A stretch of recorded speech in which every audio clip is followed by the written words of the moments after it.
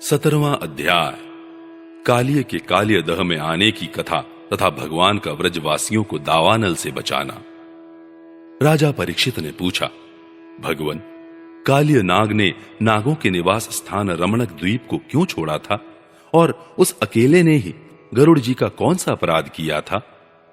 श्री सुखदेव जी ने कहा, परीक्षित, पूर्व काल में गरुड़ जी को उपहार स्वरूप प्राप्त होने वाले सर्पों ने यह नियम कर लिया था कि प्रत्येक मास में निर्दिष्ट वृक्ष के नीचे गरुड़ को एक सर्प की भेंट दी जाए। इस नियम के अनुसार प्रत्येक अमावस्या को सारे सर्प अपनी रक्षा के लिए महात्मा गरुड़ जी को अपना अपना भाग देते रहते थे। उन सर्पों में कद्रु का पुत्र कालिय नाग अपने विष और बल के घमंड से मतवाला हो रहा था। उसने गरुड़ का तिरस्कार करके स्वयं तो बलि देना दूर रहा, दूसरे सांप जो गरुड़ को बलि देते उसे भी खा लेता।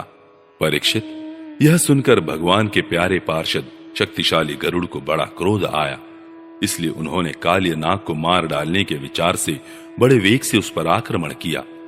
विषधर कालिय नाग ने जब देखा कि गरुड़ बड़े वेग से मुझ पर आक्रमण करने आ रहे हैं, तब वह अपने 101 फण फैलाकर डसने के लिए उन पर टूट पड़ा। उसके पास शस्त्र थे केवल दांत, इसलिए उसने दांतों से गरुड़ को डस लिया। उस समय वह अपनी भयावनी जीभें लपलपा रहा था।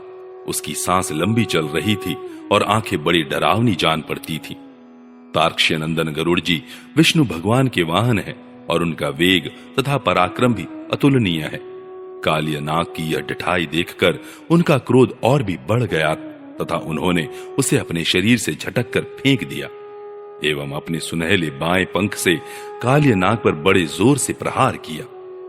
उनके पंख की चोट से कालिय नाग घायल हो गया। वह घबराकर वहां से भगा और यमुना जी के इस कुंड में चला आया। यमुना जी का यह कुंड गरुड़ के लिए अगम्य था, साथ ही वह इतना गहरा था कि उसमें दूसरे लोग भी नहीं जा सकते थे। इसी स्थान पर एक दिन क्षुधातुर गरुड़ ने तपस्वी सौभरी के मना करने पर भी अपने अभीष्ट भक्ष्य मत्स्य को बलपूर्वक पकड़कर खा लिया। अपने मुखिया मत्स्यराज के मारे जाने के कारण मछलियों को बड़ा कष्ट हुआ। वे अत्यंत दीन और व्याकुल हो गईं। उनकी यह दशा देखकर महर्षि सौभरी को बड़ी दया आई। उन्होंने उस कुंड में रहने वाले सब जीवों की भलाई के लिए गरुड़ को यह शाप दे दिया, यदि गरुड़ फिर कभी इस कुंड में घुसकर मछलियों को खाएंगे तो उसी क्षण प्राणों से हाथ धो बैठेंगे। मैं यह सत्य सत्य कहता हूं। परीक्षित, महर्षि सौभरी के इस शाप की बात कालिय नाग के सिवा और कोई सांप नहीं जानता था। इसलिए वह गरुड़ के भय से वहां रहने लगा था और अब भगवान श्री कृष्ण ने उसे निर्भय करके वहां से रमणक द्वीप में भेज दिया। परीक्षित, इधर भगवान श्री कृष्ण दिव्य माला, गंध, वस्त्र, महामूल्य मणि और सुवर्णमय आभूषणों से विभूषित हो उस कुंड से बाहर निकले। उनको देखकर सबके सब व्रजवासी इस प्रकार उठ खड़े हुए जैसे प्राणों को पाकर इंद्रियां सचेत हो जाती हैं। सभी गोपों का हृदय आनंद से भर गया। वे बड़े प्रेम और प्रसन्नता से अपने कन्हैया को हृदय से लगाने लगे। परीक्षित, यशोदा रानी, रोहिणी जी, नंद बाबा, गोपी और गोप सभी श्री कृष्ण को पाकर सचेत हो गए। उनका मनोरथ सफल हो गया। बलराम जी तो भगवान का प्रभाव जानते ही थे। वे श्री कृष्ण को हृदय से लगाकर हंसने लगे।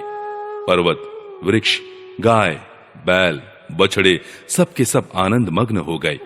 गोपों के कुलगुरु ब्राह्मणों ने अपनी पत्नियों के साथ नंद बाबा के पास आकर कहा, नंद जी, तुम्हारे बालक को कालिय नाग ने पकड़ लिया था, सो छूट कर आ गया।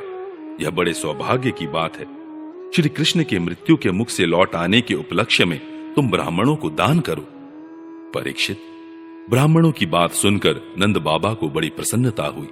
उन्होंने बहुत सा सोना और गौएं ब्राह्मणों को दान दी।